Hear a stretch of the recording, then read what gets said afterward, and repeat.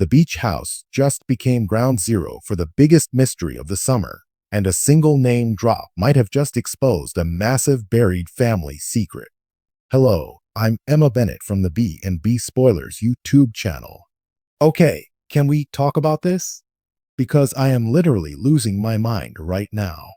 I am typing this up late at night after watching the latest episode, and I desperately need to get it out of my system. I mean, I have been watching the show for years, and I know a breadcrumb when I see one. And what they just did with Katie and Dylan. Oh my gosh, I can't believe they did that. And by that, I mean the absolute masterclass in interrogation that Katie Logan Spencer just delivered. I am shaking. I am pacing. I am entirely too invested in this, but I know you guys are too. Start with the absolute raw tension of that beach house scene.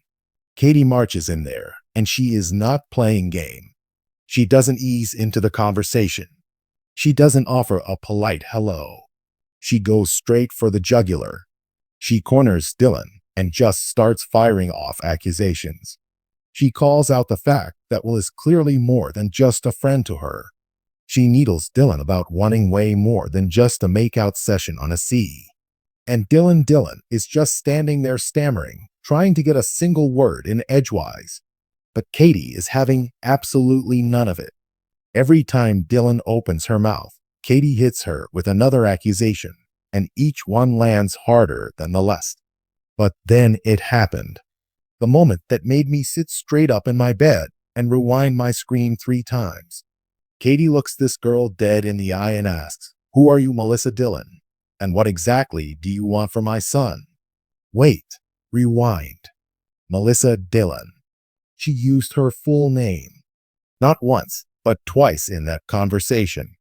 And I know some people are loving this scene just for the drama, but personally, I am looking at the writing on the "Am I the only one who caught this?"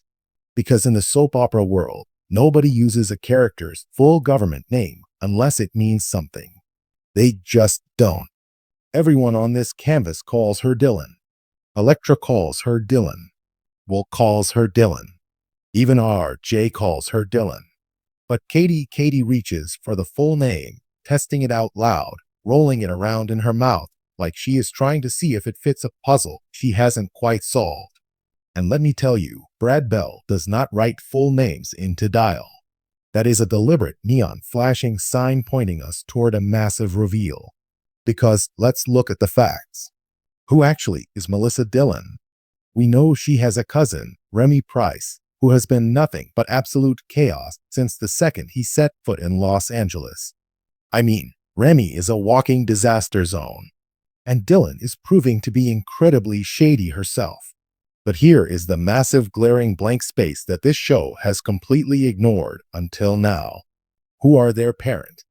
We have never heard a single mention of Dylan's mother or father. Not a name, not a backstory, not even a passing reference to where she grew up. And if you have been watching this genre as long as I have, you know that a blank family tree is exactly where writers hide their most explosive. Remember when they tried this with Flo Fulton? They brought her in as a mysterious casino worker and boom, suddenly she is Storm Logan's dog. Yeah, that storyline kind of fizzled out, but the blueprint is there. They love doing this. So my brain immediately went to the wildest, most chaotic theory possible. And honestly, I think it fits perfectly. What if Melissa Dylan is connected to Sheila? I know it sounds crazy, but hear me out. Sheila has secret children scattered across 2 different soap operas. We have Mary, we have Diana, we have Ryder, we have Daisy, we have Finn. The woman's family tree is a literal minefield of forgotten off. It would not be the wildest twist in B&B history if one of Sheila's kids had a child of their own. And that child is currently living in Los Angeles under the name Melissa Dylan. Just imagine the absolute sheer magnitude of that far.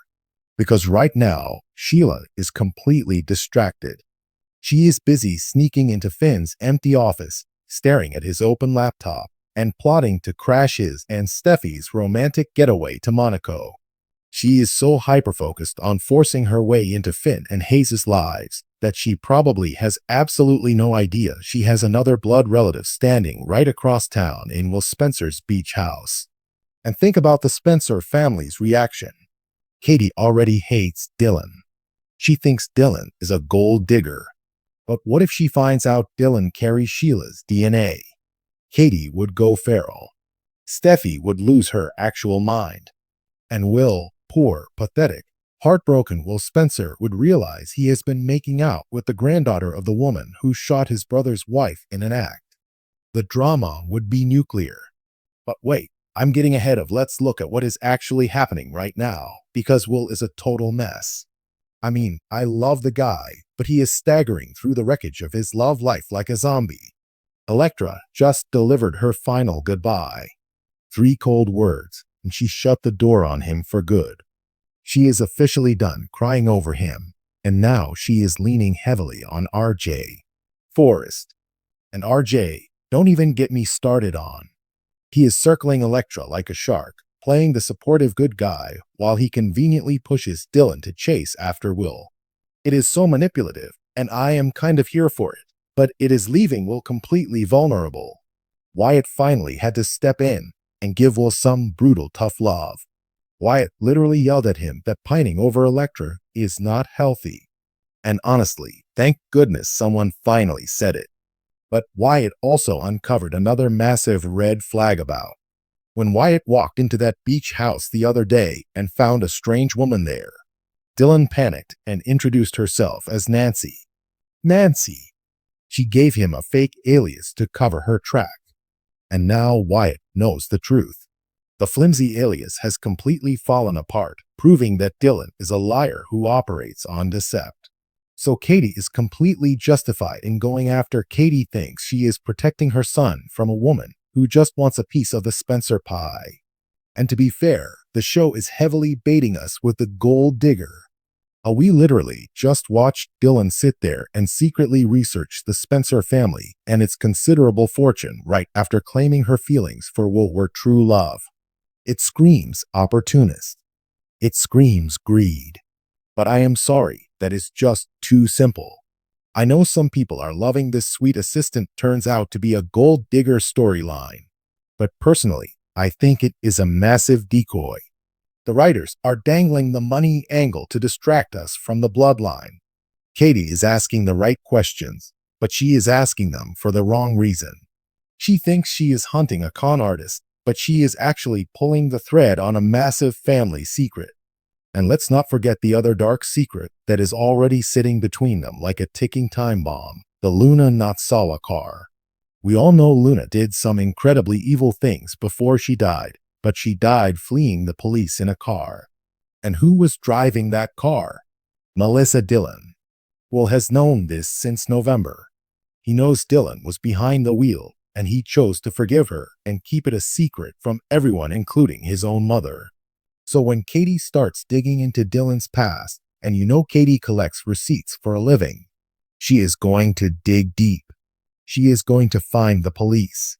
She's going to find out about and she's going to realize that her own son looked her in the eye and lied to protect this girl. The explosion between Katie and Will is going to be legendary. But I firmly believe that the car crash is just the first layer of the onion, because once Katie gets past the fake Nancy alias and once she gets past the Luna car crash, she's going to hit the birth certificate. She is going to look for Dylan's parents, and she is going to find a connection to a family that will make a fake name look like a park. I mean, look at Katie's mindset right now. She has completely alienated her entire family over her business moves with the Logan fashion. Brooke has basically banished her.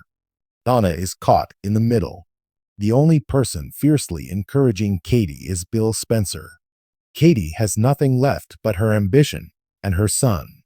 She is pouring all of her protective mama bear paranoia into Will's love life because she needs to control something. She is going to rip Dylan's history apart piece by piece. And Dylan is playing with absolute fire. She thinks she can just manipulate Will, lie to Wyatt, and outsmart Katie Spencer. Girl, please. You are out of your league.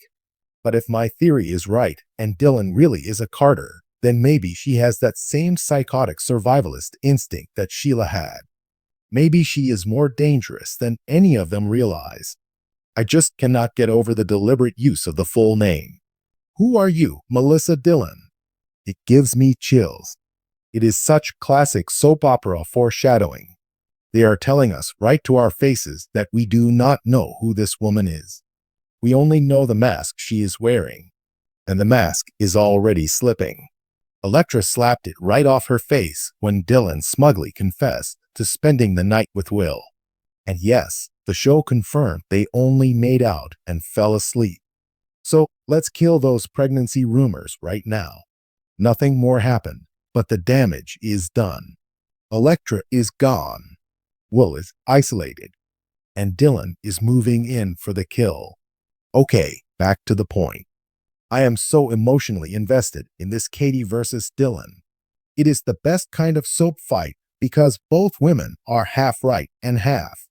Katie is right to be suspicious, but she is wrong to think it is just about Dillon is wrong to lie and manipulate. But she might genuinely be a lost, lonely woman who doesn't even know the truth about her own toxic family tree. I've been watching since 2015, and this is honestly the best mystery they have set up in years. It is layered.